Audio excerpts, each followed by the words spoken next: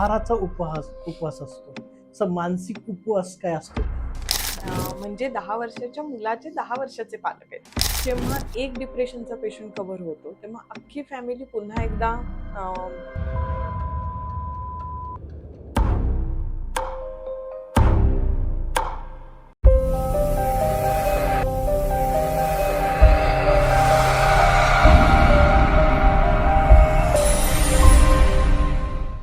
नमस्कार, मी किरण पवार. आज आपल्या या पॉडकास्टमध्ये म्हणजे नवरात्रीच्या स्पेशल पॉडकास्टमध्ये आपल्या चला बोलूयात वरती आज आपण बोलणार आहोत स्त्रीचे मानसिक आरोग्य, तणाव, बदल आणि त्याचबरोबर त्याच्या उपाययोजना. याबद्दल बोलत असताना स्त्रीमध्ये अनेक बदल होत असतात. म्हणजे ते आधुनिक जीवनशैली, कुटुंबामधील जबाबदाऱ्या, त्याचबरोबर सामाजिक अपेक्षा, या सर्व गोष्टींचा विचार करता महिलेच्या, मुलीच्या आणि स्त्रीच्या या वेगवेगळ्या वळणावरती तिला लहानपणी, मग आपण बघायला गेलं तर मासिक पाळी चालू होते, त्यानंतर ती पुढे गेलो तर आपण ती गरोदर राहते, त्यानंतर पुढे गेलो तर त्या रजोनिवृत्ती येते. या वेगवेगळ्या वळणावरती तिच्या मनामध्ये असंख्य प्रश्न आणि असंख्य विचार येतात आणि एक परिणाम तिच्या वैचारिक पातळीवरती होतो आणि त्याला आपण एक मानसिक बदल असं आपण म्हणू शकतो. या मानसिक बदलावरतीच आपण आज विचार करणार आहोत, चर्चा करणार आहोत आणि त्या माध्यमातून आपण वेगवेगळ्या विषयांना हात घालणार आहोत. तर आज आपल्या बरोबर आहेत बारामतीमधील सुप्रसिद्ध मानसोपचार तज्ज्ञ अपर्णा पवार घालमे. या मॅडम, नमस्कार तुमचं आणि नमस्कार. स्वागत आहे आपल्या या चला बोलूयाच्या एपिसोडमध्ये. धन्यवाद. ओके मॅडम, बद्दल थोडक्यात माहिती करून देताना मॅडमने, अपर्णा पवार घालमे मॅडम यांनी 20 वर्षापासून या प्रॅक्टिसमध्ये आहेत. MBBS त्यांनी कराड येथे कंप्लीट केलं आणि त्यानंतर पोस्ट ग्रॅज्युएशन हे मिरजमध्ये कंप्लीट केलं. त्यानंतर बारामतीमध्ये मानस क्लिनिक याच्या माध्यमातून 20 वर्षापासून मानसोपचार तज्ज्ञ म्हणून त्या काम करत आहेत आणि वेगवेगळ्या पेशंटला वेगवेगळ्या स्टेजेसवरती त्यांना मदत करत आहेत त्या विचारातून बाहेर येण्यासाठी आणि चांगलं जीवन जगण्यासाठी. तर मॅडम आज आपल्याबरोबर आहेत. चला तर वेळ घालवायला नको, आपण आज चर्चा करूयात ते म्हणजे मानसिक आरोग्य या विषयावरती. सो मॅडम, नमस्कार. नमस्कार. मॅडम, आता बोलायचं असं की नक्की स्त्रियांमध्ये हा बदल होतो, मुलींमध्ये हा बदल होतो, पण तुम्ही पण एक स्त्री आहात, एक महिला आहात. तर तुम्हाला देखील एक कधी तुम्हाला असं वाटलं की मला मानसोपचार तज्ञच व्हायचंय? अं, खरं सांगू का, कोणीतरी आपल्या आयुष्यात प्रेरणादायी असलं, की आपल्याला ती गोष्ट आवडायला लागते आणि त्या पद्धतीनं आपली वाटचाल आपण सुरू करतो. बरोबर आहे मॅडम. आमच्या UG कॉलेजमध्ये कराडमध्ये जेव्हा डॉक्टर दास मॅडम म्हणून एक मानसोपचार तज्ज्ञ होत्या आणि त्यावेळी अजून मानसोपचार तज्ज्ञांकडे जाणं आणि मानसिक आजारावर काम करणं हे आम्ही नवीन पद्धतीनं सेकंड थर्ड इयरमध्ये शिकत होतो. आणि मॅडमचे ज्या पद्धतीनं पेशंट हँडलिंग किंवा ज्या पद्धतीनं ते पेशंटच्या आयुष्यामध्ये काही बदल मेडिसिन्सनं असू दे, काउन्सिलिंगनं असू दे, जे घडवून आणत होत्या, ते एका पद्धतीनं असं वाटत होतं की अरे हे काहीतरी वेगळं आहे. वेगळं म्हणजे आहे. आपण डिलिव्हरीचं गायनेकॉलॉजिस्ट बघतोय, सर्जन्स बघतोय, ऑर्थोपेडिक बघतोय, त्या सगळ्यांचं काम किती असं एक वेगळ्या पद्धतीनं नवीन शिकण्यासारखं. पण तशीच ही एक ब्रँच वेगळी आहे आणि कदाचित आपल्याला ह्याच्यात काम करायला आवडेल असं वाटल्यानंतर मग मात्र मॅडमना रिपीटेडली भेटणं, त्यांचे क्लिनिक्स अटेंड करणं आणि मग त्यातली आवड तशी तयार होत गेली. आणि त्या कामाचा आनंद प्रत्येक गोष्टीमध्ये मिळायला लागला, की मग आपल्याला ती गोष्ट करावीशीच वाटते. वाटते. म्हणजे मॅडम, की एक प्रेरणादायी व्यक्तिमत्व समोर असेल तर आपल्याकडे नक्कीच त्या गोष्टी होऊन जातात. पण एक 20 वर्ष तुम्ही या क्षेत्रामध्ये काम करताय. एक विचार केला तुम्ही तर काय नक्की म्हणजे 20 वर्षामध्ये काय बदल, काही गोष्टींचा पाहायला मिळतो आपल्याला? सुरुवातीला मानसोपचार तज्ञांकडे जाणं म्हणजे एक प्रकारे वेड्याच्या डॉक्टरकडे जाणं आणि मग मी हो. काय वेडा आहे का? मला तुम्ही वेड्या म्हणून सिद्ध करताय का? किंवा त्यासाठीच खूप दिवस आर्ग्युमेंट्स घरामध्ये होत. एखादा मानसिक आजाराचा रुग्ण हा घरामध्येच कितीतरी वर्ष तो रुग्ण म्हणून राहत होता हं. आणि एक पेशंट, सायकॅट्रिक पेशंट एक घरात असणं म्हणजे अख्ख्या घराला तो ताण आणि आर्थिक, मानसिक, शारीरिक सगळ्या बाजूनं अख्खं कुटुंब त्याच्यामध्ये ओढलं जातं. पण जेव्हा एक डिप्रेशनचा पेशंट कव्हर होतो, तेव्हा अख्खी फॅमिली पुन्हा एकदा पूर्णपणे बाहेर येते. एक व्यसनाधीन पेशंट आहे आणि त्याच्या भोवती फिरणारी त्याची सगळी आर्थिक, इकॉनॉमी, कौटुंबिक डिस्टर्बन्स सगळा जेव्हा तो व्यसनातून बाहेर येतो, तेव्हा ते खूप चांगल्या पद्धतीनं पुन्हा सामाजिक, कौटुंबिक लेव्हलला त्यांची एक पद्धतीनं प्रगती व्हायला लागते, आर्थिक प्रगती व्हायला लागते. प्रत्येक गोष्टीमध्ये हा ॲक्सेप्टन्स आता मात्र समाजामध्ये यायला लागलाय आणि पोस्ट कोविडमध्ये तर तो आपण जास्त पद्धतीनं बघतोय. कारण एकतर आपल्याला सोशल मीडिया अवेलेबल झालेत, अशा पद्धतीचे तुम्ही जे पॉडकास्ट घेताय त्या पद्धतीमध्ये मानसिक आरोग्य, मानसिक आरोग्य, मानसिक आरोग्य हे इतक्या कॉमनली आपण बोलायला लागलो. अदरवाईज अरे सायको आहे किंवा सायकॅट्रिक पेशंट आहे, अरे असं जे काही एक अवेअरनेस नव्हता आणि त्याच्याबद्दल एक स्टिग्मा होता, तो आता मात्र गेल्या 20 वर्षामध्ये बदलताना दिसतोय. म्हणजे प्रत्येक जण पूर्वी कुणीतरी पाठवलंय म्हणून कधीतरी भेटायला येणारा पेशंट आणि त्याला घेऊन येणारे नातेवाईक, याच्याऐवजी पेशंट स्वतःच मला झोप लागत नाही, मला झोप होणं फार महत्वाचं आहे कारण मला कामामध्ये परिणाम नको आहे, मला उदास वाटते आणि त्याच्यामुळे माझा परफॉर्मन्स कमी व्हायला लागलेला आहे. मी एखाद्या कंपनीमध्ये जॉब करतोय पण मला तिथे काम करताना, प्रेझेंट करताना एन्झायटी येते, मला पेपर लिहायचा माझा अभ्यास झालाय पण मला ब्लँक जातोय अभ्यासामध्ये, तर पेपरमध्ये मला परफॉर्मन्स चांगला पाहिजे, तर मी कुठे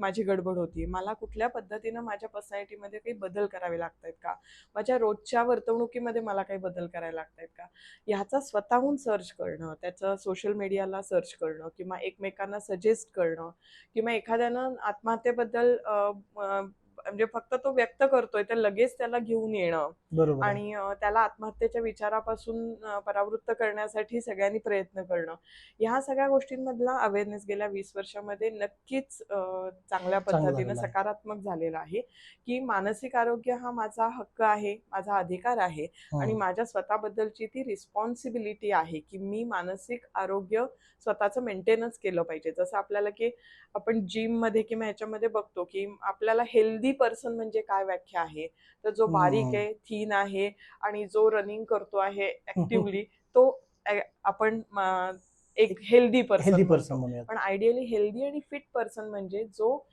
आयुष्यामध्ये सगळ्याच आस्पेक्ट्सनं हेल्दी असायला पाहिजे. मग तो आर्थिकरित्या, कौटुंबिकरित्या, सामाजिकरित्या, भावनिकरित्या सगळ्याच बाजूने आणि फिजिकली म्हणजे शारीरिकरित्या तो हेल्दी असायला पाहिजे. तर तो जेव्हा हेल्दी असेल तेव्हा तो कळत नकळत या सगळ्याच गोष्टींमध्ये हेल्दीनेस आणतो. पण जेव्हा तो मानसिकरित्या खचलेला असतो तेव्हा त्याला ह्या सगळ्या गोष्टी करण्यासाठीचा जो काही एक मोटिवेशन पाहिजे, एक ओढ पाहिजे, एक आपण म्हणतो ना मुलं अभ्यासात ओढ घेत नाही तर त्यांचा त्यांच्यातला इंटरेस्ट कमी झालेला असतो. सो त्या सगळ्या आस्पेक्ट्सनं जेव्हा हेल्दीपणा येतो, ती हेल्दीपणाची व्याख्या आहे. म्हणजे तुम्ही फिट आहात, तुम्ही फाईन आहात, याचा अर्थ तुम्ही या सगळ्या आस्पेक्ट्सवर स्वतःच्या काम करत आहात. मग तुम्ही भले तुमचं कुठलं काम आहे हे जास्त इम्पॉर्टंट नाहीये, तुम्ही जे काम करताय ते तुम्ही आनंदानं, समाधानकारकपणे करताय आणि त्यावेळी प्रत्येक आस्पेक्टवर तुम्ही स्वतःच्या काम करताय. कारण जसं तुम्ही आता हे वेगवेगळ्या टप्प्यांवरती येणाऱ्या गोष्टींवरती बोललात, पण कसं होतं की एक स्त्री, एक मुलगी ज्यावेळेस तिच्या आपण विचार करू बाकीच्या गोष्टींचा, त्यावेळेस आपण सुरुवात जी आहे ती तिच्या लहानपणापासून करू, म्हणजे ॲडोलसन्स, किशोरवयीन वयापासून करूयात तिच्या. तर किशोरवयीन मुलींमध्ये एक काही बदल होत असतात. जे बदल म्हणजे काय की शरीरामध्ये वाढ दिसते किंवा एक पाळी तिची चालू होते. तर अशा स्टेजमध्ये काही तिच्यामध्ये विचार किंवा एक तणाव काय असतो का त्या गोष्टींचा? किशोरवयीन मुलांच्या ह्याच्यामध्ये जसं आपण म्हणतो की शारीरिक बदल होतात आणि मानसिक बदल होतात. त्याच्याबरोबर त्यांचं ब्रेन पण खूप साऱ्या गोष्टी नवीन शिकण्यासाठी तयार झालेला असतो. म्हणजे आपण करिक्युलम पण अभ्यासाचा बदलतो म्हणतो, वाढतो म्हणतो, पोर्शन वाढतो का, तर ते तेवढं ग्रीप करण्यासाठी, ग्रास्प करण्यासाठी ब्रेनची पण तेवढी तयारी झालेली असते. तसंच मग पाळी येणं, पाळीमध्ये त्यांच्या शरीरामध्ये बदल होणं, हॉर्मोनल बदलमध्ये आपण जे शारीरिक बदल बघतो, याच्याबरोबर मानसिक बदल म्हणजे काय, तर मी कशी दिसते, मी कशी आहे, माझ्या बरोबरच्या मैत्रिणींमध्ये मी थोडी जास्तच उंच दिसतेय का, मी जास्त जाड दिसतेय का, किंवा मी वेगळ्या पद्धतीनं माझं शरीर दिसतंय का, किंवा मी माझ्या मैत्रिणींमध्ये जशी बाकी दुसरी मैत्रीण हसून खेळून सगळ्यांमध्ये राहते तशी मी राहतेय का, त्या मला ऍक्सेप्ट करतायत का, पिअर प्रेशरमध्ये मी जातीये का. आणि आता जसं आपण नवीन एक आपल्याकडे आला, म्हणजे आपल्याकडे आता युट्यूब आणि याच्यावर किंवा वेब सिरीज किंवा याच्यातून एक युथचं रिप्रेझेंटेशन केलं जातं की एकदम छान दिसणाऱ्या, सुकड्या, सुंदर शॉर्ट्स घातलेल्या छान मुली आणि एकदम हेअरस्टाईल आणि हे, मग मी तशी आहे का, मग मी त्याच्या पद्धतीनं स्वतःला रिप्रेझेंट करतेय का, आणि ते मला माझ्या आजूबाजूचे लोक तशा पद्धतीने ऍक्सेप्ट करतायत करतायत का. का? ह्या सगळ्या त्यांच्या आयडेंटिटी क्रायसिस म्हणतो की ते स्वतःला सारखं एक मी कुठे आहे हे एक हे करायचा प्रयत्न करत असतात.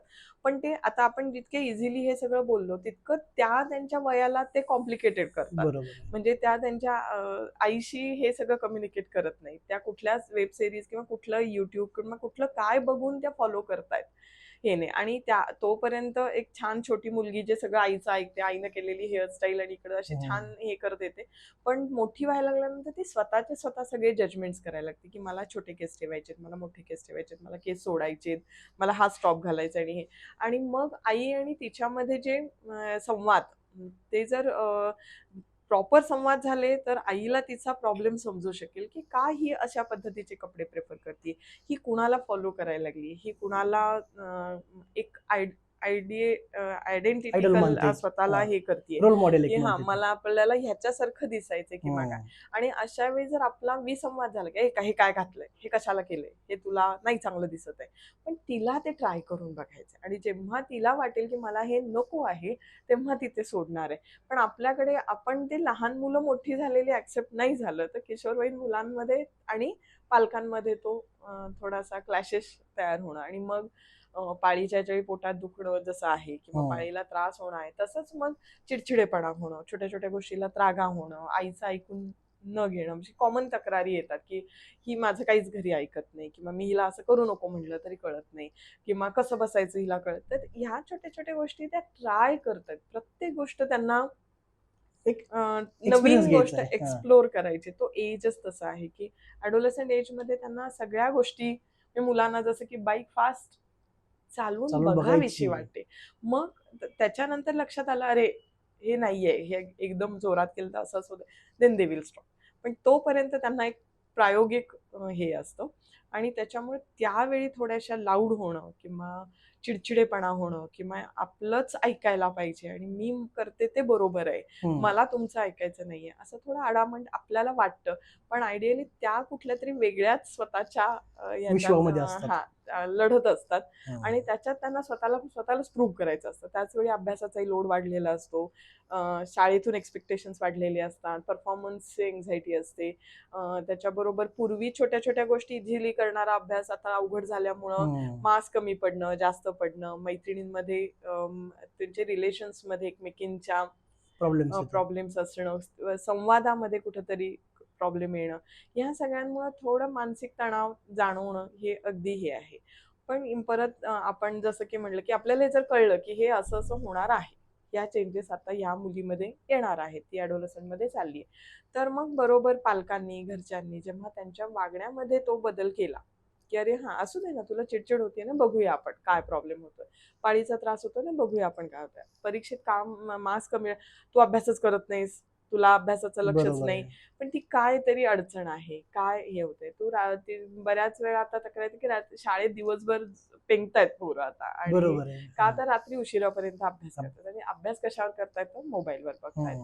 आणि तो मोबाईलमध्ये ते एक्झॉस्ट होत आहेत. युट्यूबवर ते सगळं काही बघत बघत कधी झोप लागते, झोप पूर्ण होत नाही, डोक्यात विचार चालू राहतात. सो काय केलं पाहिजे, असं जर आपण शांतपणे गेलो तर थोड्या दिवसांनी त्यांचा पण तो शांतपणा येईल. पण आपण पण त्यांच्या तितकेच रिबाउंड चिडचिड केली की मग त्यांची ती रिबाउंड चिडचिड आपल्यावर येऊ शकते. आणि मग आपण म्हणतो ती मुलं ऐकत नाहीत. तर ती ऐकत नाहीत म्हणजे त्यांना ऐकायचं नसतं असं नसतं, पण त्यांना आधी करून बघायचं असतं. आणि मग पडल्यावर त्यांना फक्त आई बाबाच मदत करणार असतात, त्यांचे कुटुंबच मदत करणार असतं, भाऊ बहीणच मदत करतात, ते त्यांना माहित असतं.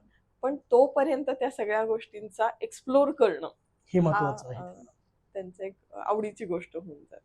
मॅडम, जसं की तुम्ही बदल सांगितले, तसं पिडियाट्रिक डॉक्टर देखील सांगत असतात खूप वेळा की तुम्ही ज्यावेळेस एक पॉझिटिव्ह पॅरेंटिंग ज्यावेळेस करता तुम्ही, तर पॉझिटिव्ह पॅरेंटिंगमध्ये तुम्ही मुलांना असं म्हणू नका की तो जर झोक्यावरती आहे तर ते काय म्हणतात की सोडू नको.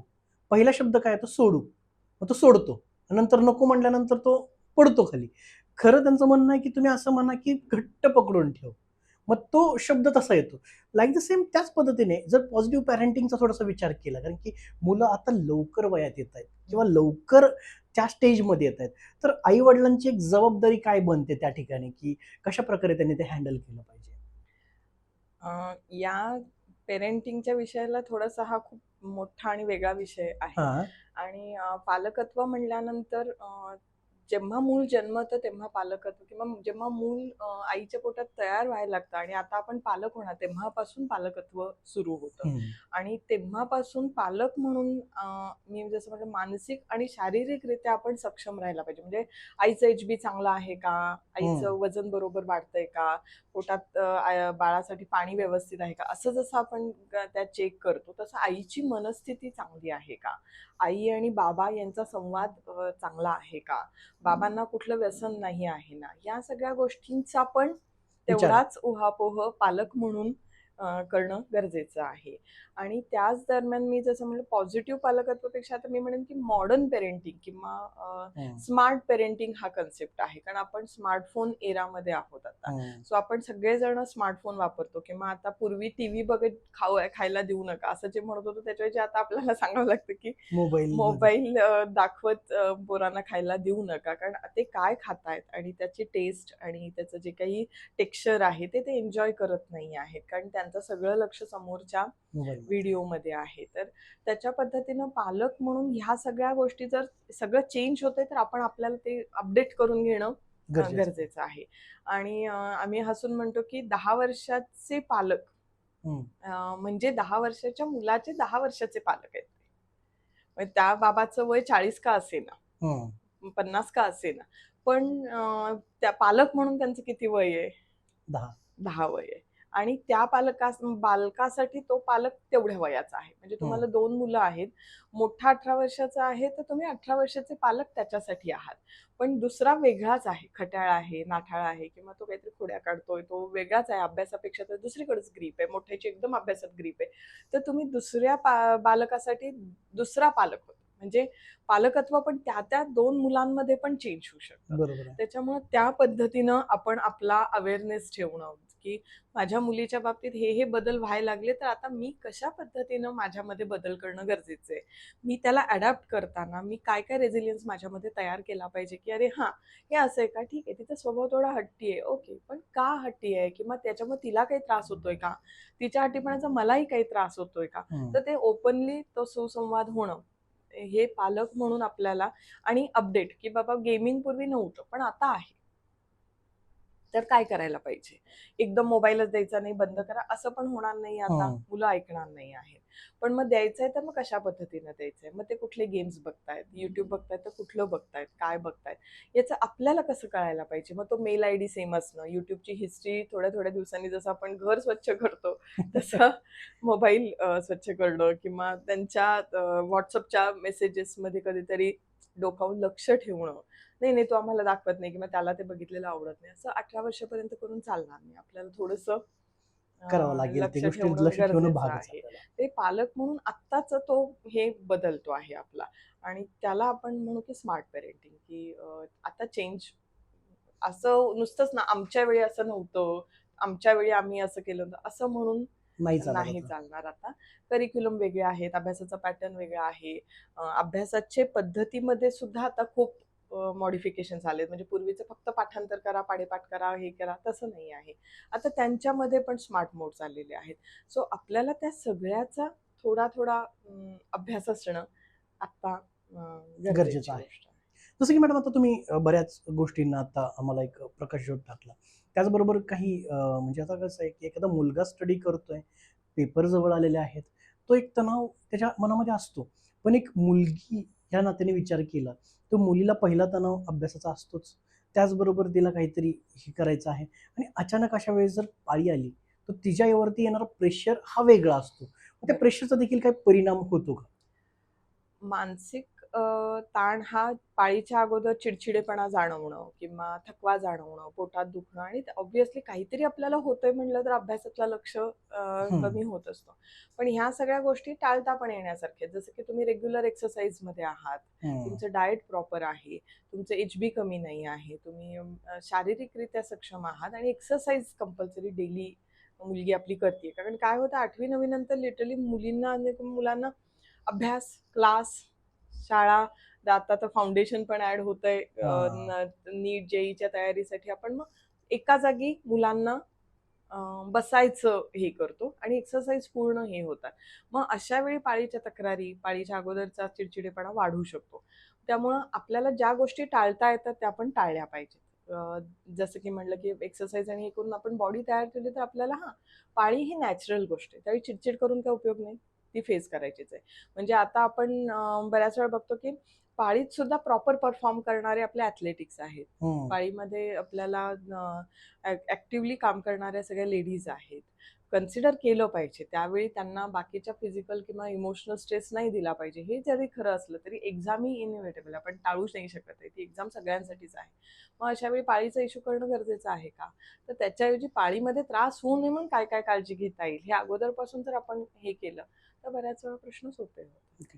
जसं की मॅडम पाळीच्या आपण त्या लेवलवरती बोललो, पण आजकाल काय झालं की एक नातेसंबंध, जर तो आई वडिलांशी असेल, तो नातेवाईकांशी असेल, तो शेजाऱ्या पाजाऱ्यांशी असेल, पण त्याचबरोबर आजकाल वयात येणाऱ्या मुलींमध्ये मुलांमध्ये एक प्रकार दिसतो म्हणजे प्रेम किंवा अट्रॅक्शन. या गोष्टींमध्ये देखील त्याला जर नवीन नवीन त्या गोष्टी अट्रॅक्ट करतायत, तर अशा वेळेस देखील एक सॅटिस्फॅक्शन पुढच्याला करण्यासाठीच जी गोष्ट असते, त्यामुळे एक ताणतणाव निर्माण होतो. त्याचा नक्की काय फरक पडतो अशा मुलींमध्ये मुलांमध्ये? खरं सांगू का? प्रेम ही भावना आपण म्हणलं तर नॅचरल हे आहे. म्हणजे ह्या वयात आल्यानंतर काय असं नाहीये. कुठल्याही वयामध्ये 2 व्यक्ती एकमेकांची काळजी घेणं, हम्म. एकमेकांसाठी एखादी एक्स्ट्रा गोष्ट करणं किंवा एखादी व्यक्ती आवडते म्हणून त्या व्यक्तीसाठी डब्यात एक्स्ट्रा काहीतरी नेणं, हे हम्म. आपण दॅट इज एक ॲक्सेप्टेबल गोष्ट आहे. त्यामुळे मुलांना किंवा मुलींना या वयामध्ये कुणीतरी आवडतंय किंवा हे होतंय, हे पण आपण तितकंच नॅचरली ॲक्सेप्ट करणं गरजेचं आहे. फक्त की ते किती योग्य आहे, ते एज ॲप्रोप्रिएट आहे का? ते त्यांच्या अभ्यासावर त्यांचं म्हणजे स्टुडंटमध्ये स्टडी करणारी मुलं म्हणून स्टुडंट हम्म. म्हणतो आपण त्यांना. सो त्या ह्याच्यामध्ये करियर ओरिएंटेड व्हायच्या वेळी जर ह्या सगळ्या गोष्टी डिस्ट्रॅक्ट व्हायला लागल्या आणि त्यांना त्यांच्या मोटिव्हपासून ह्याच्यापासून लांब न्यायला लागल्या, तर त्या बाबतीत अलर्ट करणं, पण ते सॉफ्टली अलर्ट करणं. मुलांना हम्म. तुम्ही जेव्हा कन्फ्रंट करता, वाद घालता, भांडाभांडी करता किंवा मोबाईल काढून घेणं, एकदम टोकाच्या भूमिका घेणं, मग गरज नसताना तेच स्ट्रेच ताण हे होतात. आणि जेव्हा आपल्याला जे चांगलं समजवायचं ते आपण जर चांगल्या भाषेत नाही समजवलं, तर मग बाहेरचा एखादा माणूस तो चांगल्या पद्धतीनं समजवायला लागला, त्यांच्याशी गोड बोलून त्यांच्या मनात घुसून समजायला लागला, तर तो व्यक्ती त्यांना जवळचा जवळचा वाटू वाटतो. शकतो. मग तो चुकीचा आहे हे आपल्याला किती जीवतोड सांगितलं तरी ते त्यावेळी त्यांना पटणार नाहीये. म्हणून अशा वेळी ह्या सगळ्या मी म्हटलं जसं की प्रत्येक गोष्टीचं नॅचरली काय आपल्या लाईफमध्ये येणार आहे, सोसायटीमध्ये होणाऱ्या चेंजेसमधून काय आपल्या आयुष्यात होणार आहे, आपल्या मुलांच्या आयुष्यात काय होणार आहे, याचा अंदाज घेऊन मग त्या पद्धतीनं आपल्याला बदल करणं गरजेचं आहे. आणि परत जसं म्हटलं की विसंवाद आणि सुसंवाद याच्यामध्ये तो संवाद कुठल्या पद्धतीचा होतोय ह्याच्यावर त्या गोष्टी सगळ्या बरोबर चेंज आहे. होतात. जसं की आता आपण पण ह्या गोष्टी पाहतोच आहे.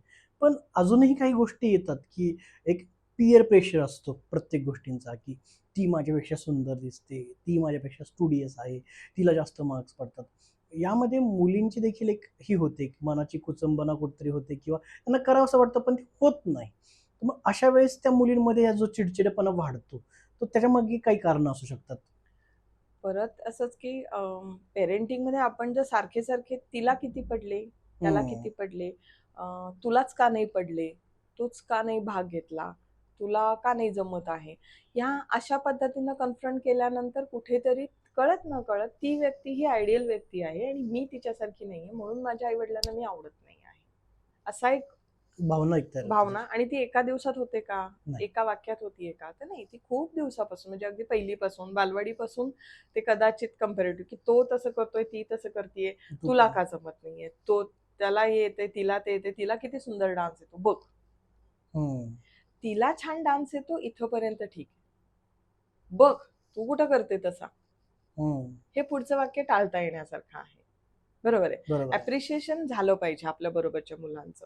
आपल्याला त्यांचा चांगला गोष्टी आहेत ज्या आपल्या बरोबरच्या मुलांच्या आहेत, त्या आपल्याला ॲप्रिशिएट करताच आल्या पाहिजेत. अरे किती छान खेळतोय. हां. त्यानं किती छान मॅच हे केली. तिनं किती छान परफॉर्म केलं. तिला छान पडतायत बरं का. ती छान सिन्सिअरली अभ्यास करते. पण तिथेच थांबा. आपलं जे पुढचे मग तू का नाही करत? तू पण कर. तुला पण पडतील. हं. तो टाळूया. तुझा काय प्रॉब्लेम? तुला मॅथ्स अवघड जातंय का? आपण हं. मॅथ्सचं एक्स्ट्रा हे करूया का? गायडन्स घेऊया का, तुला हिस्ट्री जमत नाहीये का, आवड निर्माण होत नाहीये का, आपलं कुठे चुकतंय. सो कम्पॅरिझन टू सेल्फ हम्म. आणि मॉडिफिकेशन्स इन सेल्फ थॉट हे फार महत्वाचे. आणि कळत न कळत मुलं एक तर स्वतःलाच आयडेंटिटी क्रायसिसमध्ये किशोरवयीन अवस्थेत ठेवलेले असतात. मुली स्वतःलाच कुठेतरी हेअरस्टाईलवरून, दिसण्यावरून, लुकवरून कुठेतरी स्वतःला प्रूव्ह करायचा प्रयत्न करत असतात. आणि त्याच्यात पालकांकडून आपण सॅटिस्फाय नाही करत आहे, पण बाबांना आईना वेगळीच मुलगी आवडती, तिला अप्रिशिएशन मात्र जास्त मिळते, तर ते कळत न कळत थोडंसं होतं त्या होतं. गोष्टी. आणि पिअर प्रेशर म्हणलं तर शेवटी 8 तास ते त्या मुलांमध्ये आहेत हम्म. आणि त्यांचं एक कल्चर आहे.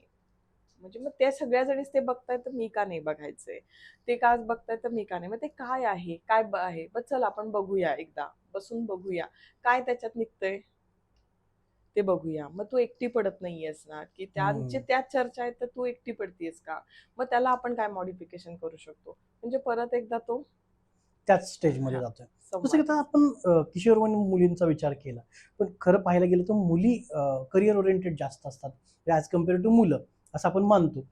त्याचमध्ये आता थोडंसं एक एज पुढे गेली की मग प्रेशर वाढतो काय, की करिअर करायचंय का लग्न करायचंय. मग घरच्यांचं लग्नासाठी तगदा असतो आणि त्याचबरोबर मग आपल्या आवडीचा जोडीदार, निवडीचा जोडीदार, या सगळ्या गोष्टी असतात. याचा देखील काही फरक पडतो का मानसिक आरोग्यावरती? आत्ता म्हणजे कोणीच घरात बसत नाही हं. असा एक कन्सेप्ट आहे. म्हणजे मुलींनी शिकलं पाहिजे आणि आपल्या सरकारने खूप आपल्याला तशा सुविधा सुविधा दिलेल्या आहेत. दिलेल्या आहेत.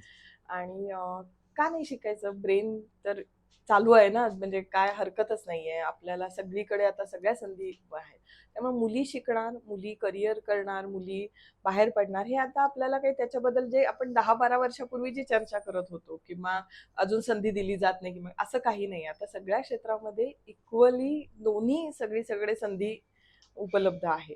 फक्त एवढंच आहे की त्याच्यामुळं बाहेर पडणारी स्त्री, करिअर करणारी स्त्रीच्या काही रिक्वायरमेंट्स वेगळ्या आहेत. म्हणजे तिचा ब्रेन तिथे ऍक्टिव्हली काम केल्यानंतर घरी आल्यावर तेवढ्याच ऍक्टिव्हली ती एकटीच स्वयंपाक करते, हम्म. ती एकटीच घरच्या सगळ्या जबाबदाऱ्या घेते, ती एकटीच सगळे किराणा किंवा हे आणतीये, किंवा ती सणसूद पण करते, ती ऍक्टिव्हली काम पण करते आणि परत ती मुलांचंही करते. ह्या सगळ्या गोष्टी कळत न कळत कुठेतरी आता विचार करण्याच्या लेवलला आहेत. म्हणजे आई बाबा घरी आले दमून की आपण आईच आज जाऊन चहा करून बाबांना देणार, हे जेवढं बघत होतो तेव्हा ती 8 ते 6 तासाची ड्युटी करून आई येत होती, तरी तिला ते एक्झॉस्ट होत होतं, की कधीतरी तिची ती चिडचिड दिसत होती, हे आपण बघितलेलं आहे.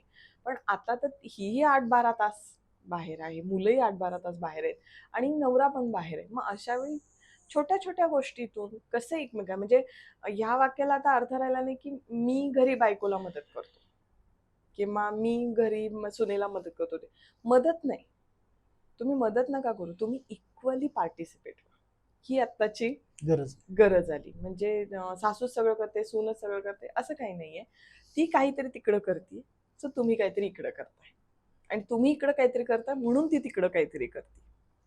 हा इक्विव्हॅलंट इक्विव्हॅलन्स जर बाहेर आपण आलाय तर आपण आणला पाहिजे. घरात पण आणला पाहिजे. आणि तो जेव्हा स्मार्ट बदल होईल कुटुंबामध्ये, तेव्हा तिला बिनधास्तपणे चप्पल घालून बाहेर पडताना बॅक ऑफ द माइंड जो ओढा आहे, की गिल्ट आहे, की मी नाही पूर्ण करू शकली, माझं नाही माझ्याकडून ते होत आहे, तर ते नाही होणार. मग ती पण बिनधास्तपणे काम करेल. जेव्हा ती घरात येईल ती घरातली होईल. पण परत घरात आलं एवढं सगळं करायचंय मला, या प्रेशर खाली तिनं बाहेरून यायचं आणि घरातलं सगळं काम राहिले म्हणून बाहेर प्रेशर खाली काम करायचं, हे थोडं अवघड आहे. अवघड आणि आहे. मग त्या दरम्यान होणारी चिडचिड, दमणं, थकणं, एक्झॉस्ट होणं, स्वतःची स्पेस न मिळणं, मी टाईम न मिळणं, हे सगळ्या गोष्टी कुठेतरी मग कॉम्प्लिकेट करत चिडचिडेपणा, झोप कमी लागणं किंवा छोट्या छोट्या नातेसंबंधामध्ये ताण येणं, तुम्ही मला समजवूनच घेत नाही म्हणून क्राईम स्पेल्स येणं, हे सगळं मग आपल्याला टाळता येऊ शकतं. बरोबर मॅडम. जसं की आता हा तिचा एक विचार होता की लग्न झाल्यानंतर तिची होणारी ओढाताण असेल, म्हणजे ती जरी कामावरून आली तर ती कामावरतीच असते, हं. ती घरी फ्री अशी नसते, नाही. ती कामावरतीच असते. जसं की पुढे एक जबाबदारी वाढते, ती म्हणजे की जेव्हा चाहूल लागते कोणीतरी येणार आहे या गोष्टीची, त्यावेळेस काय बदल असतात, त्यावेळेस काय मानसिक परिस्थितीत काय तणाव असतात आता जसं मी म्हटलं की प्रत्येक गोष्टीमध्ये आपल्याला बदल येतायत हे लक्षात आल्यानंतर आपण आपल्यामध्ये काहीतरी बदल करायची मानसिक तयारी ठेवणं फार गरजेचं आहे. जसं की आता प्रेग्नन्सी आहे. मग प्रेग्नन्सी आहे, आनंदाची गोष्ट आहे. चला आपण जबाबदारी घेणार आहे पण मग पालकत्व म्हणजे काय? आपण कशा-कशा पद्धतीनं पालकत्व ते रिस्पॉन्सिबिलिटी आपण आपल्या खांद्यावर घेणार आहोत, याचं ओरिएंटेशन घेणं फार गरजेचं आहे. माझी आई असंच करत होती, माझी आजी असं करत होती म्हणून मी, तर त्यांचा एरा, त्यांचा काळ वेगळा वेगळा होता, होता. माझा काळ वेगळा आहे. मी जर पूर्ण दिवस काम करून घरी येणार आहे, प्रेग्नन्सीच्या 9व्या महिन्यापर्यंत मी काम करणार आहे आणि माझं ब्रेन चालू मी काम करू शकते. मला आत्ता लीव्ह घ्यायची गरज नाही, मान्य आहे. पण मग शरीर कुठेतरी एक्झॉस्ट होतंय. तुम्हाला शारीरिक आणि मानसिक थोडी रेस्टची गरज आहे. मग तुम्ही बाकीच्या ड्युटीजमध्ये काही चेंजेस करू शकताय का? तुम्ही कामावरच्या ड्युटीजमध्ये काही चेंजेस करताय का? तुम्ही खूप वेळ दिवसभर बसून आहात, पायावर सूज येते. प्रेग्नन्सीमध्ये पायावर सूज येणं खूप कॉमन आहे. मग अशा वेळी तुम्ही तिथल्या तिथं फेऱ्या मारताय का? तुमच्या ऑफिस टाईममध्ये तुम्ही ते मॉडिफिकेशन्स केले आहेत का? किंवा तुम्ही रेग्युलर हेल्थ चेकअपला जाताय का? त्याच्यासाठी तुम्ही बरोबर सुट्टी काढून वेळ देताय स्वतःसाठी का? वेळ देताय का? तुम्ही वॉटर इनटेक प्रॉपर घेताय का? पाणी भरपूर घेताय का? ड्रायफ्रुट्स प्रॉपर घेताय का? HB रेग्युलरली करून मेंटेन करताय का? ह्या सगळ्या गोष्टींचं ओरिएंटेशन, नवीन येणाऱ्या प्रश्नाला तुमचं ओरिएंटेशन आलंय का? बरोबर तर आहे. तुम्ही त्या गोष्टी इझिली सगळ्या एन्जॉय करू शकता. आणि मग पालकत्वाचं जे एन्जॉयमेंट आहे ते एन्जॉयमेंट म्हणून पाहिजे. असं ओझं नाही झालं पाहिजे. जबाबदारी आहे मान्य, पण जबाबदारीचं ओझं नाही झालं नाही पाहिजे. झालं पाहिजे. आणि तिथून पुढं, कारण तुम्ही जेव्हा खुश असता तेव्हा बाळ खुश असतं. तुमचा पार्टनर खुश असतो. आणि मग आपण पोस्टपार्टम डिप्रेशन म्हणतो ज्याला, की डिलिव्हरी नंतरचं उदासपणा येणं किंवा टोकाचा ताण येणं. कितीतरी वर्किंग वुमन अचानक 9व्या महिन्यापर्यंत काम करतात आणि नंतर तुम्हाला फक्त बाळ आणि तुम्ही सांभाळायला दिलं. आणि तुम्ही आतापर्यंत इतक्या सोशली ऍक्टिव्ह पर्सनला अचानक एका जागी बसलं, तर काहीतरी बदल झाला. तर are you prepared for it? तुम्ही तयार आहात का? का तुम्ही, कारण बाकी सगळे कामाला जातात. 1 महिन्यानंतर नवरा कामाला जायला लागतो. घरचे सगळे जिकडे तिकडे होतात. तू बाळ सांभाळतेस म्हणून सासू सासरे आई वडील ते पण थोडेसे रिलक्टंट बाजूला होतात, थोडेसे होतात. बाजूला होतात. आणि मग फक्त मूल आणि ती घरात पूर्ण दिवस, मग ती काय करत असेल? ती ब्रेनी वर्क असलेली बाई आहे. मग अचानक ती घरात बसल्यावर काय होणार? ती काय होणार आहे? मग तिला कसा ब्रेक मिळेल? तिला तिच्या बौद्धिक लेवलला, मानसिक लेवलला काय काय सपोर्ट सिस्टीम्स तयार करायला पाहिजेत. असं छोट्या छोट्या गोष्टींमध्ये बदल केला तर आपल्याला आपलं मानसिक आरोग्य निश्चित टिकतं. नक्कीच मॅडम. आता थोडासा अजून आपण एक खोलवर विचार करूयात, की पोस्ट म्हणजे जो गरोदरपणानंतरचा जो काही ताण येतो, जसं की button switch on switch off ठीक आहे, लाईटसाठी ठीक आहे ते होणार आहे. पण एका माणसासाठी स्विच ऑफ स्विच ऑन होणं खूप अवघड आहे. आणि ज्यावेळेस ती स्विच ऑफ झालेली आहे आता, त्यावेळेस तिचा मानसिक तणाव वेगळ्याच लेवलवरती असतो. हो. मग अशा वेळेस तिने काय बदल करावा, त्याचबरोबर त्याने काय बदल करावा आणि त्या घरच्यांनी काय बदल करावा? का तर हे स्विच ऑफ स्विच ऑन नाहीये, ही मानसिक बरोबर. तणाव आहे हो, थोडासा. हो. मग त्यावेळेस घरच्यांची जबाबदारी काय राहते? मी जसं म्हणलं, की पोस्टपार्टम डिप्रेशनमध्ये पोस्टपार्टम ब्ल्यूज म्हणून एक आधी कन्सेप्ट आहे, की ज्याच्यामध्ये नॅचरली तुम्हाला उदास वाटणं किंवा त्या नवीन गोष्टीला अडॅप्ट होताना थोडंसं स्लीप डिस्टर्बन्स होणं, चिडचिडेपणा येणं, थोडा उदासपणा येणं, हे पहिले 1-1.25 महिन्यामध्ये असतं. म्हणून आपल्याकडे आयडियली असं आहे, की 1.25 महिना माहेरी राहा. 1.25 महिन्यानंतर तुम्ही वाटलंच तुमच्या सासरी जा. कधी-कधी 3 महिने एक्सटेंड करा. असं आपल्याकडे जे सूट दिली जाते ती ह्याच्यासाठीच दिली जाते. म्हणजे ते जे आपले कळत नकळत जे आपल्या याचे जे परंपरा आपली परंपरा झाली. आहे ती खरं तर बरोबर आहे. कारण त्यावेळी तिला सपोर्ट सिस्टीमची गरज असते. म्हणजे आई बरोबर आहे, आजी बरोबर आहे, घरातलं कुणीतरी बाळाला घेऊन बसतंय. बाळ रडलं तर का रडलं बघतंय. कारण जेव्हा तुम्ही अचानकपणे बाळाची जबाबदारी घेता पण तुम्हाला बाळ कसं हँडल करायचं हे माहीत नाहीये. म्हणजे नुसतं YouTubeवर बघून पुस्तकं वाचून किंवा काय, पण प्रत्येक मूल कसं किती जागवणार आहे, किती रडणार आहे, कधी रडणार आहे? कसं त्याची पोट भरणार आहे, कसे त्याच्या रिक्वायरमेंट्स आहेत, आपल्याला बऱ्याच वेळा कळत नाही. आणि मग आपण जेव्हा त्या सगळ्याला नवीन पद्धती होते, मग मला कोणाची तरी मदत हवी. बरोबर आहे. आणि मला ती मदत हवी तर ती मी घेतली पाहिजे. मग आता सध्या मला जर स्वतःलाच शारीरिक थकवा आहे, मला जर मानसिक थकवा आहे, तर अशा वेळी माझ्या कुटुंबानं ती घ्यायला पाहिजे. आणि म्हणून मी म्हटलं तसं, की सुसंवाद कुटुंबामध्ये असणं गरजेचं आहे. तुझी झोप झाली नाहीये का? तर आपण आधी तुझी झोप होऊ दे. तुझं जेवण व्यवस्थित झालंय का? राहू दे, बाळ रडलं तरी थोडा वेळ रडेल. इतकं घाबरून जायची गरज नाहीये. बाळ रडलंच कसं, घे आधी लगेच असं करू नका. थोडं पॅनिक बटन दाबू नका. थोडं शांतपणे त्या बाळाला घेऊ दे. त्याला थोडं दुसऱ्यांनी घेऊन जरी उचललं तरी ते शांत होणार आहे. शांत होणार आहे. त्या आईला लगेच तूच पळवत घे. घे नका करू. म्हणजे छोट्या छोट्या गोष्टी की मग आज तू हेच खाल्लं त्याच्यामुळेच ते रडलं, त्याच्यामुळेच त्याचं पोट, असं काही नसतं. आता सगळं सायंटिफिकरित्या वेगळा अभ्यास आलेला आहे. वेगळ्या पद्धतीनं ब्रेस्ट फिडिंगचे आपण हे बघतो आहोत, डाएट बघतो आहोत. ते सगळं जर अपडेट केलं आणि आपल्या परंपरेमध्ये ते खूप छान, म्हणजे डिंकाचे लाडू का खायचे, अळीवाचे लाडू का खायचे, अळीवाची खीर, प्रत्येक गोष्टीचा एक अभ्यास छान आपल्या परंपरेमध्ये आहे. आपल्या समाजामध्ये तो खूप छान रुजलेला आहे. पण आता आपण जेव्हा वर्किंग वुमन म्हणतो, गडबडीचे हे म्हणतो, तेव्हा कुठंतरी हे सुटतंय का याचा विचार करणं गरजेचं आहे. गरजेचं आहे. तर मॅडम, जसं तुम्ही सांगितलं की गरोदरप्रमाणे ह्या बदल किंवा बाकीच्या गोष्टी होतात, पण एक जी स्तनपान करणारी आई आहे, तिच्या त्या ह्याच्यामध्ये म्हणजे जो काही दूध दूध येतं, तर त्यामध्ये काही बदल होतो का? ह्या ताणतणावामुळे काही कमी जास्त प्रमाणात बऱ्याच होतं? वेळा असं बघितलं जातं की जे स्ट्रेसमध्ये त्यांचं ब्रेस्ट फिडिंग कमी होतं किंवा ब्रेस्ट फिडिंग करताना चिडचिड होते किंवा बाळाला दूध पुरत नाहीये अशी तक्रार येते. कारण शेवटी ते एक ऑक्सिटोसिन म्हणून आपण म्हणतो की ते प्रेमाचं एक रसायन आहे जे ब्रेनमध्ये तयार होत आहे, जे त्या स्तनपानामध्ये जर त्याचं मुलाचं आणि तिचं जर बॉन्डिंग असेल, पण त्यावेळी तिचा फोकस बाई आली नाही, हे काम करायचं राहिले, हे कधी रडायचं थांबतंय, ते तर तिची चिडचिड कुठेतरी कळत न कळत त्या बाळावर, बाळाचं त्याची काय सायकोलॉजी आपल्याला कळत नाहीये. आणि याच्यामध्ये ते बॉन्डिंग कमी पडलं की ते आपोआप रसायन कमी, ते रसायन कमी की आपोआप दूध तयार व्हायला कमी. त्यामुळे ह्या सगळ्या गोष्टी कळत न कळत म्हणजे मेंटल हेल्थ आणि फिजिकल हेल्थ हे एकमेकांना जोडूनच आहेत. आपण असं वेगळं नाही करू शकत आहे.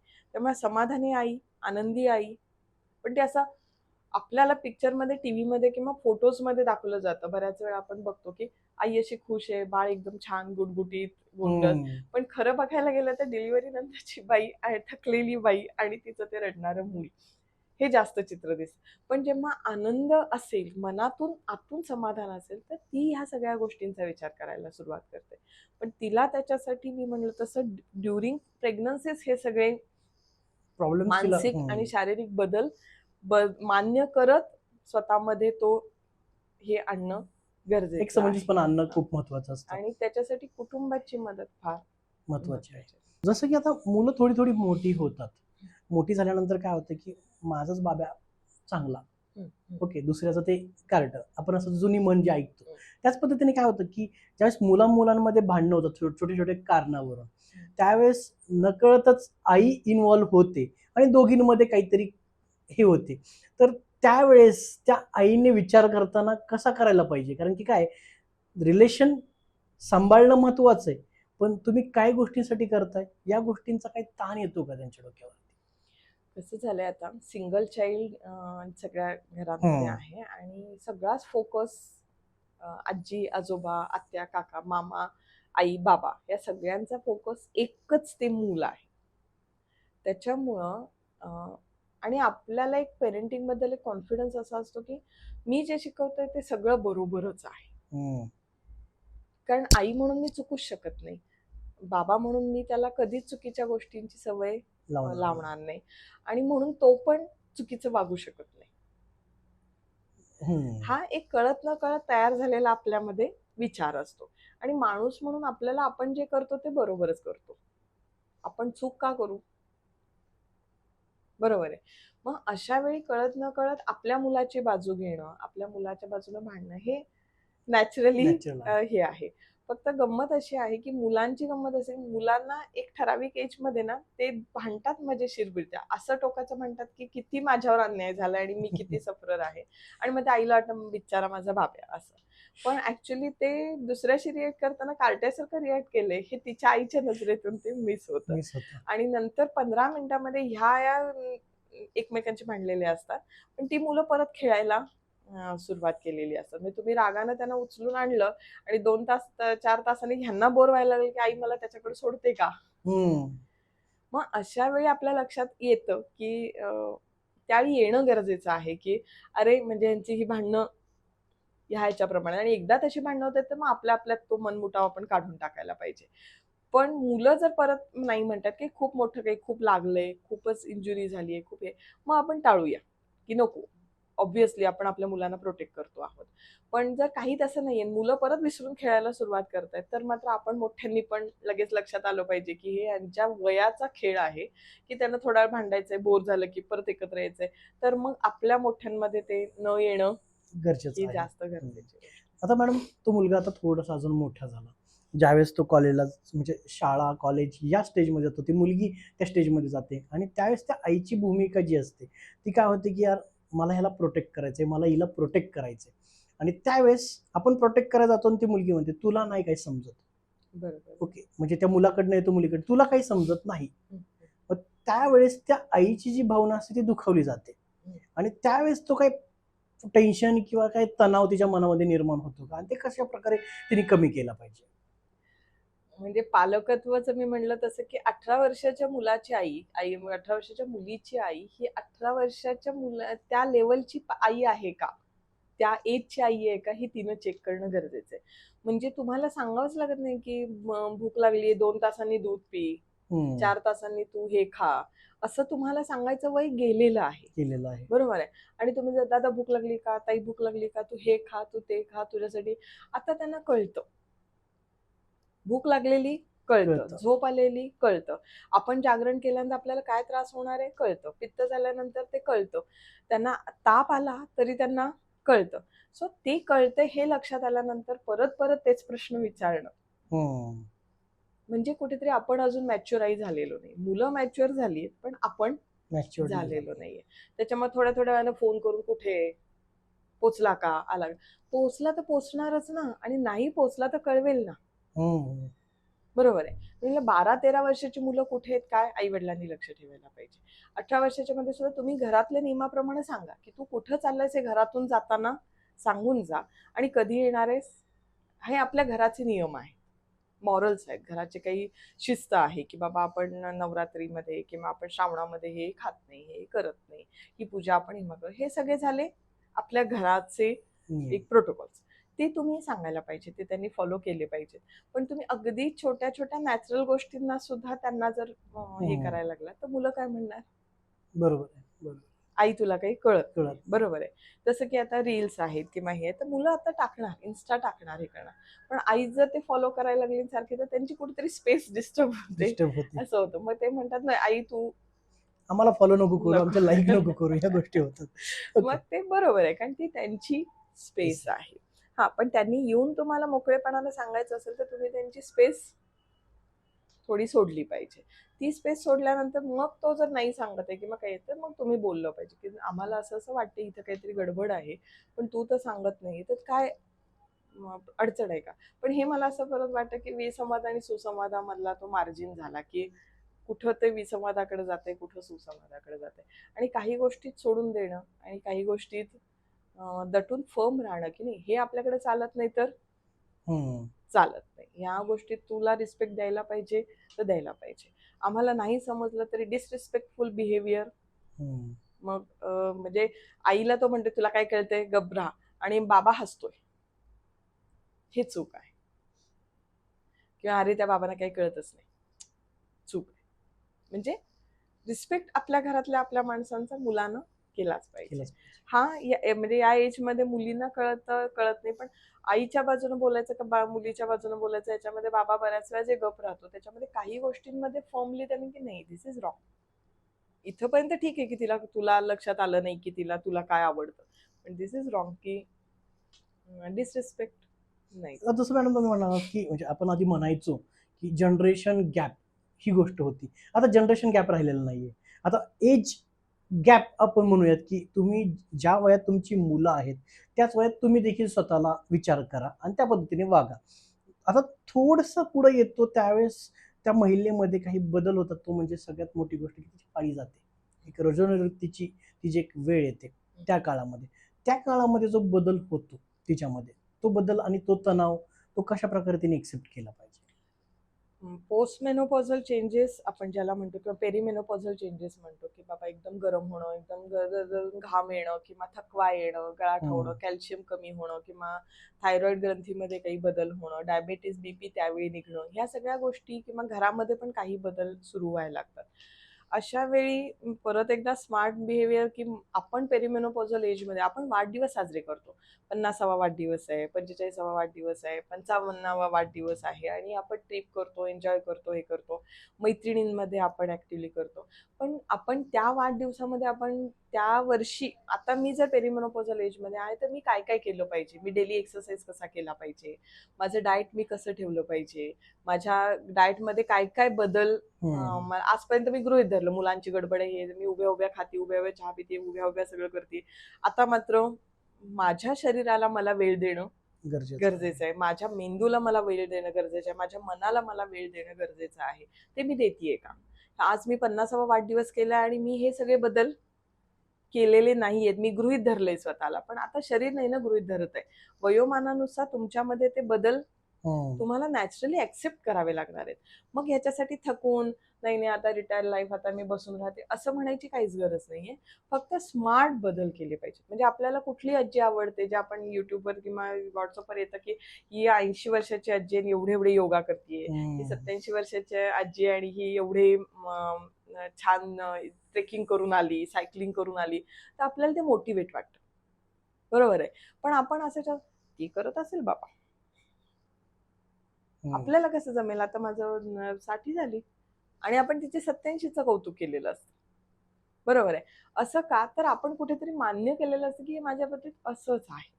तर इथून पुढे तो कदाचित गिअर चेंज करण्याची वेळ आहे. म्हणजे 60 नंतर कमवायचं नाही, 60 नंतर रिटायरमेंट लाईफ जगायचं, 60 नंतर व्यायाम करायचा नाही, 60 नंतर फक्त निवांत राहायचं, असं काहीच नाही आहे. असं काही, हां, तुम्ही तुमच्या एज ॲप्रोप्रिएट तुम्हाला जे जे करावंसं वाटते त्याच्यामध्ये फिजिकल अँड मेंटल फिटनेस ठेवायला काहीच हरकत नाही. बरोबर आहे. आणि मग त्याच्यासाठी आपण काय काय बदल केले पाहिजेत? Diet changes, exercise changes, yoga pranayama हे करू शकता. बरोबर. आणि ते करत गेलो आपण, तर आपलंच उर्वरित आयुष्य जे म्हणू आपण, कारण आता आपण लाईफ एक्सपेक्टन्सी जर 90 to 100 पर्यंत चाललो आहोत. आपल्याला पूर्वी आपण 60-70 बास. आता जर आपण 80-90-100 कडे चाललो आहोत, तर काय हरकत आहे आपण फिट राहण्यासाठी? आणि जर फिटनेससाठी मेंटल आणि फिजिकल फिटनेस गरजेचं आहे, तर दोन्हीच्या बाजूनं आपली वाटचाल पाहिजे. आणि त्याच्यामध्ये जर आपण ते प्लॅनपूर्वक पेरिमेनोपॉझल मेडिसिन्स प्रॉपर घेणं, कॅल्शियमचे कंटेंट वाढवणं किंवा एक्सरसाइज प्रॉपर करणं, तर ह्या सगळ्या गोष्टी आपल्याला मॅक्झिमम टाळता येऊ शकतात. आणि त्या टाळल्या तर मग पोस्ट मेनोपॉझल डिप्रेशन आहे, घरातला चिडचिडेपणा आहे, उदासीनपणामध्ये एखाद्या टोकाची भूमिका आहे, हे सगळं आपल्याला टाळता येऊ शकतं. ओके. म्हणून आता आपण शेवटच्या स्टेजपर्यंत जातोय, म्हणजे एक पेरिमेनोपॉझल स्टेजपर्यंत गेलो. पण एक तुमच्या आयुष्यामध्ये जे 20 वर्ष तुम्ही प्रॅक्टिस करताय, त्यामध्ये असा कोणता किस्सा आहे एखाद्या महिलेच्या बाबतीतला, की तो तुम्हाला असं वाटलं, की अरे हां, खरंच खूप ताणतणाव या विचारातून ती जाते आणि सगळेच जण तुमच्याबरोबर शेअर करत असतात. एखादी केस? ॲक्च्युली आपण केस असं नाही म्हणणार मी, पण कॉमनली जे बघता येतं, कारण कुणाबद्दलच, कारण त्यांनी त्यांच्या मनातलं सगळं शेअर केलेलं असतं. बरोबर. We can not say anything about, म्हणजे आपण असं नाही सांगू शकत. फक्त एक आहे, की मला असं वाटतं, की कधी कधी ना ती व्यक्ती डिप्रेशन मधून चालली आहे हे घरच्यांना कळलेलंच नाहीये. ती खूप चिडचिड करते, ती इतका हाताताईपणा करते, ती हट्टीच आहे, ती रागाच करते, ती ऐकूनच घेत नाही, जरा काही सांगायला गेलं तर ती धडाधडा रडतेच किंवा एकदम टोकाची भूमिका घेते. असं म्हणून जेव्हा नवरा तक्रार करतो एखाद्या व्यक्तीची, तेव्हा मला असं वाटतं, की अरे ओळखा ना, की ही उदासपणामध्ये आहे. बरोबर आहे. ती त्या पद्धतीने सांगू शकत नाही, की मला उदासपणा आहे, मला त्रास होतोय, म्हणून ती अशी रिॲक्ट करते. So treat her depression. Treatment केल्यानंतर ती पूर्णपणे रिव्हर्स बॅक येते आणि नेक्स्ट 2-3 व्हिजिट्समध्ये ती इतकी हसत आत येते, की तिला एकाही गोष्टीबद्दल तक्रार नसते. तिच्या नवऱ्यानं टॉवेल तिथे टाकला त्याच्याबद्दल तक्रार नसते. तिची बाई नाही आली तरी ती रडारडी करत नाही, चिडचिड करत नाही. तिच्या घरामध्ये पाहुणे भरपूर आले तरी ती सगळ्यांचा पाहुणचार छान आनंदानं करते. ती कुठल्याही गोष्टीला घाबरत नाही. ती एकटी सगळीकडे बाहेर जाऊन सगळे सणसूद आनंदाचे सगळ्या गोष्टी करते. तिला काही करू वाटत नाहीये का? तिला चिडचिडच करायला आवडतंय का? ती इतकी स्टबर्न आहे का? तिला काहीतरी त्रास होतोय, पण तो त्रास काय आहे हे न समजल्यामुळे तिच्या वागण्यात बिघाड बदल आलेले आहेत. सो जेव्हा तुम्ही ते बरे करता, तेव्हा नंतरची पर्सनॅलिटी पूर्णपणे हसत खेळत आलेली हे असते. घरात प्रचंड वेगळ्या छान पद्धतीने असलेली शांतता, एकमेकांची कम्युनिकेशन आपोआप सुधारलेलं असतं. म्हणजे मी परत म्हणेन की घरातली एक व्यक्ती मानसिक ताणामध्ये असेल आणि त्याला ट्रीटमेंट दिल्यानंतर अख्खं कुटुंबाचं पूर्ण अपग्रेडेशन अपलिफ्ट होणार आहे. होतं. ते खूप छान बघायला मिळतं. आणि दुसरं एक म्हणजे नातेसंबंधामध्ये बऱ्याच वेळा म्हणजे आम्ही खूप हे म्हणतो की सासूबद्दल खूप रडारड चालू असते, असंच वागल्या तसंच वागल्या हेच केल्या. पण मग असं वाटतं की मलेरियाचा डास शोधायचा आहे का मलेरियाची ट्रीटमेंट करायची आहे? त्रास आपल्याला होतोय ट्रीटमेंट शोधायची. तर आपल्याला डिप्रेशन मधून बाहेर येणं गरजेचं आहे. सासू अशी वागली म्हणून सासूला थोडी गोळी देतोय आपण. त्रास आपल्याला होतोय. नवरा असं वागला म्हणून नवऱ्याला नाही, पण नवरा असा कसाही वागला तरी त्रास कोणाला होतोय? सो आधी चेंज आपल्यामध्ये करणं, आपण मेंटली फिट राहणं, आपण त्या गोष्टीकडचा अप्रोच स्वतःचा चेंज करणं, हे कुठंतरी कळत न कळत एखाद्या ताणाकडं बघायचा दृष्टिकोन आपला बदलू शकतो. आणि कळत न कळत मग मान्यता येते आपल्याला की जे टाळता येतंय मला ते मी टाळते, जे मला टाळता येणार नाहीये ते मी मान्य करून पुढे चालते. या दोन गोष्टींचं सेपरेशन करायला जमायला लागतं. तोपर्यंत टाळता येत नाहीत आणि टाळता येतं त्या दोन्ही गोष्टी एकत्र करून आपण त्याचा त्रागा करत असतो. त्या गोष्टी टाळता आल्या पाहिजेत आपल्याला. आणि म्हणून मला असं वाटतं की या सगळ्या फेजेसच्या मुली म्हणजे अगदी किशोरवयीन मुली, तिच्या एकदम वर्किंग वुमनची तिची आई, तिचा सगळ्याचा स्ट्रगल, ती सगळीकडं पुरवायची तिला घेऊन आलेली आजी जी काही हे आहे तिचं पेरिमेनोपॉझल एज आणि पोस्ट मेनोपॉझल मध्ये आलेली एखादी डिमेन्शियाची आजी, या 4 एज मधल्या वेगवेगळ्या प्रॉब्लेम्स घेऊन जेव्हा त्या येतात आणि त्या सगळ्या गोष्टी जेव्हा आपल्या लक्षात आले हे मॉडिफाय होण्यासारखे, बदल सारखे, तेव्हा आपण काहीतरी चेंज करू हे शकतो. होतं. किंवा नवरा दारू पितोय म्हणून उदासपणामध्ये गेलेली बाई त्याला दारूतून बाहेर नाही काढू शकत. पण जेव्हा आपण तिचं डिप्रेशन ट्रीट करतो आणि मग तिला फर्म करतो, तो पितोय, तो चुकतोय, तो त्रास देतोय, तो येऊन मारतोय, पण तू मार खातीयस आणि तू उदासपणामध्ये चाललीयस, तू बाहेर ये, तू हुशारीने काम कर. मग आपण त्याची ट्रीटमेंट, त्याला कसं बाहेर काढायचं, त्या एक एक स्टेप्स मधून जाऊया. आपोआप कदाचित तो प्रयत्न आपला जास्त सक्सेसफुल होऊ शकतो. पण हीच उदासपणामध्ये असेल, हीच रडत खडत बसली असेल तर त्याला बाहेर काढण्याची मूव ती पटकन करू शकत नाही. पण आता आपण वेगवेगळ्या स्टेजेसवरती बोललो. आता नवरात्रीचा हा एक खूप चांगला सण आपल्या इथं केला जातो. विशेषतः महिलांमध्ये आपण ही गोष्ट बघतो की नवरात्रीला बरेच उपवास आणि बाकीच्या सर्व गोष्टी आपण करतो. तर याच सर्व महिला आज आपल्याला पाहत आहेत. या महिलांसाठी तुमच्या काही टिप्स, एक मानसिक आरोग्य तज्ञ, मानसोपचार तज्ञ म्हणून जे तुम्ही काम करताय, त्यांना काही टिप्स तुम्ही देऊ इच्छिता का? पहिल्यांदा ना आम्ही डॉक्टर म्हणून सुरुवातीला मी ऐकायचे की उपास करू नका असं. आणि एका बाजूला असं की आयुर्वेद प्रमाणे उपास करणं किंवा लंघन करणं किंवा आपण स्वतःच्या पोटाला शांती देणं. मग आता असं वाटतं की मानसिक ताण नाही वाढायचा आहे, पण आपल्याला उपास करायचा, आपण देवाचं काहीतरी करतो आहोत किंवा आपली एक कमिटमेंट आहे देवाची. सो आता आम्ही उपास करू नका असं मी नाही सांगत. फक्त मला असं वाटतं की उपास करायचा ना, ठीक आहे, फळ दूध आपल्याला आहे, ज्या गोष्टी पौष्टिकरित्या 9 दिवस आपल्याला पित्त, आजार, कुठली थकवा, गळाठा न आणू देतात अशा आहारामध्ये जर तुम्ही इन्क्लूड केल्या आणि उपास केला तर काहीही उपास करायला प्रॉब्लेम नाही. 9 दिवस सक्सेसफुल तुम्ही उपास करू शकता. जसं की आपण म्हणतो खिचडी टाळा कारण पित्त होतंय, किंवा शेंगादाण्याची आमटी टाळा किंवा, पण आपण त्याच्याऐवजी दूध, केळी, खजूर, ठरवून ड्रायफ्रुट्स आपल्या ह्याच्यामध्ये इन्कॉर्पोरेट केले तर काहीच हरकत नाही. बरोबर आहे. 9 दिवस जेव्हा आपण माळावरच्या देवीला आपले बारामतीकर जेव्हा चालत जातात आणि हे, तर तो जो 9 दिवस सुरू केलेला चालण्याचा जो व्यायाम आहे, तो नंतर देवीला जा पूर्ण वर्षभर. वर्षभर जा. काहीच हरकत नाही. एकदा हा नेम सुरू करा नवरात्रीत देवीला जायचा आणि मग रोजच माळावरच्या देवीला अख्खा एवढा मोठा रिंग रोड इकडनं आहे. हम्म. कुठल्या एरियातला माणूस तिथपर्यंत चालत आला तरी 4 ते 5 किलोमीटर तो निवांत चालतो आणि दर्शन पण होतंय आणि एक्सरसाइज पण होते. So daily exercise compulsory. Diet healthy घ्या. मग ते उपास करताय किंवा काय ह्याच्यापेक्षा हेल्दी डाएट जाणं जास्त महत्वाचं आहे. जसं आपण आपला बँक बॅलन्स चेक करतो, जसं आपण आपला कौटुंबिक तणाव मॅनेज करायचा प्रयत्न करतो, तसं स्वतःच्या मनातला तणाव ओळखायला शिका आणि तो मॅनेज म्हणजे प्रत्येकाला तो ताणतणाव नियोजन करता आलं तर आनंद सगळीकडे, समाधान, शांती आपल्याला सगळीकडे आतून पण वाटेल आणि आपली रिएक्शन देताना ती बाहेर पण येईल. त्याच्यामुळं ह्याच्यामध्ये स्वतःचं मानसिक आरोग्य जपा, शारीरिक आरोग्य जपा आणि व्यायाम करत राहा. खुश राहा, समाधानी राहा, आनंदी राहा. धन्यवाद. मॅडम एक प्रश्न फक्त, जसं की आपण म्हणतो की आहाराचा उपवास असतो, तसं मानसिक उपवास काय असतो? मानसिक उपवास म्हणजे म्हणलं की खूप पॉइंट्स आपले कव्हर करायचे राहतात. त्याच्यामध्ये स्मार्टफोन उपवास किंवा टेक्निकल आता जे आपण हे आहेत लॅपटॉप उपवास, मोबाईल उपवास, की रविवारभर मी मोबाईल उचलणार नाहीये किंवा मी रविवारभर व्हॉट्सअप बघणार नाहीये.